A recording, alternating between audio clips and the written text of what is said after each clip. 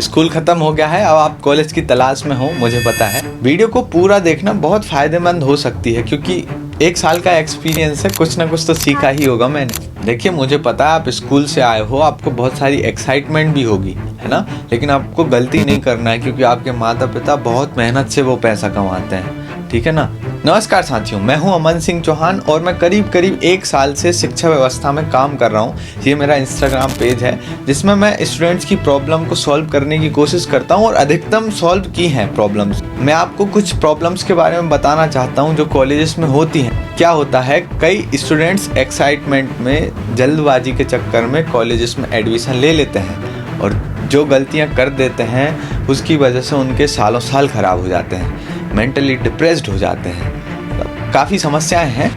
तो मैं आपको छोटी छोटी पॉइंट्स बताऊंगा जिनको आपको समझना है। तो चलिए शुरू करते हैं। सबसे पहले तो देखिए, आप एडमिशन लेंगे, एडमिशन आपको समय के हिसाब से लेना है। मतलब मैं तो यही सजेस्ट करूंगा, फैमिली के दबाव में नहीं एडमिशन लेना है, आपको आपके मन का करना है। मन के साथ साथ आने वाले समय को देखते हुए एडमिशन लेना है। जैसे एआई बहुत तेज़ी से ग्रोथ कर रहा है, कंटेंट क्रिएशन बहुत तेज़ी से ग्रोथ कर रहा है, वीडियो एडिटिंग, बहुत सारी चीज़ें हैं।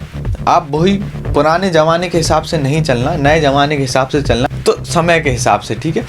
अब आप एडमिशन लेंगे, सबसे पहले आप देखेंगे बड़ी बड़ी बिल्डिंग्स, ये नहीं देखना है हमें। एक अक्षय कुमार की मूवी का डायलॉग है, जितना बड़ा जंगल होता है उसमें उतने ही खूंखार शेर जानवर होते हैं, उतने ही, समझ रहे हो ना। तो क्या होता है, हम कई बार बड़ी बड़ी बिल्डिंग्स को देख के एडमिशन ले लेते हैं उसमें कि हाँ भाई बहुत अच्छा है, वो बोल देते हैं प्लेसमेंट्स 99%, 90%, 100%, लेकिन ऐसा नहीं होता है एक्चुअल में जो चीज़ें मायने रखती है वो मायने रखती हैं आपकी स्किल्स, आप कैसे बात करते हैं, आपका स्पेशलाइजेशन कैसा है, आप कितने एक्सपर्ट हैं किसी चीज़ में। तो आपको स्किल्स पे ध्यान देना है, ठीक है। जब आप एडमिशन लेने जाओ और वो बोले आपसे इतनी फ़ीस है, तो उनकी नहीं सुनना है, बिल्कुल नहीं सुनना है। बोले ना, हमें लिख के दो, हमें फ़ीस स्ट्रक्चर दो। वो आपको फ़ीस स्ट्रक्चर देंगे, फ़ीस स्ट्रक्चर में लिखा होगा बस का इतना, ट्यूशन फ़ीस इतनी, मिसलिनियस इतना, लाइब्रेरी का इतना, ये उसमें उनका साइन करवा लो कि हाँ ठीक है, साइन हो गया। इसके अलावा क्या क्या फ़ीस लगेगी, जैसे एग्ज़ामिनेशन फ़ीस होती है और भी 2-3 चीज़ होती है, प्रैक्टिकल फ़ीस होती है, तो वो भी उसमें लिखा होता है।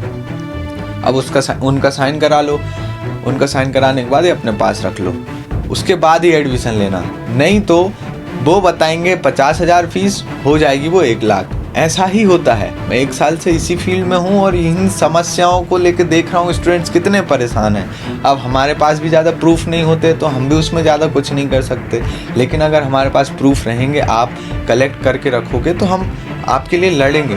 और हाँ, बस की फ़ीस के बारे में भी फ़ीस स्ट्रक्चर में लिखवाना कि बस की फ़ीस है कि नहीं तो क्या होता है, पहले तो वो बोल देते हैं हाँ बस की फ़ीस नहीं लगेगी, फिर आपके पोर्टल पे ऐड कर देते हैं। तो ये समस्याएं मैं देख रहा हूँ, ठीक है। और एंजॉय भी करना, लेकिन पढ़ाई पे मेन फोकस होना चाहिए, ठीक है। मेजॉरिटी कमेंट्स के हिसाब से मैं कॉलेज के रिव्यूज़ दूंगा। अभी मैं भोपाल के कॉलेजेस को टारगेट कर रहा हूँ, ठीक है।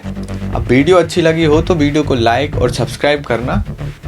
अगर ये ना हो तो कमेंट ज़रूर करना कि आपको किस कॉलेज के बारे में जानना है। मैं उसके बारे में डॉक्यूमेंट्री वीडियोस बनाऊंगा, जिसमें आपको हर चीज़ बताऊंगा, उसके नेगेटिव, पॉजिटिव, एवरीथिंग, ठीक है।